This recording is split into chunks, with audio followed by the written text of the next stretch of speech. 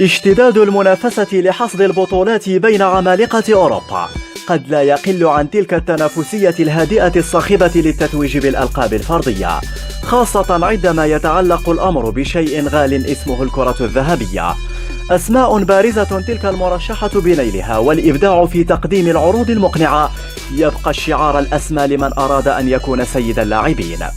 الإيطالي المخضرم جيانلويجي بوفون حارس مرمى يوفنتوس، والذي برز اسمه هذا الموسم أكثر من السابق، حيث قاد السيدة العجوز للتتويج بثنائية محلية متمثلة في الدوري والكأس الإيطاليين.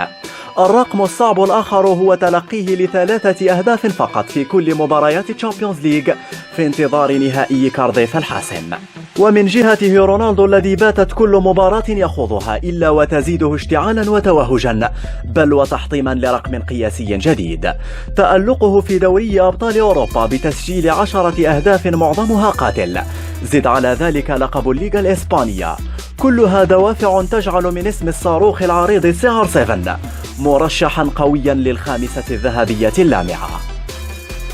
أما سيد الكرات الذهبية ب5 ألقاب بات هذه المرة بين المطرقة والسندان، هو حقا نجم أبدع وأمتع وأقنع، فطاله الخذلان.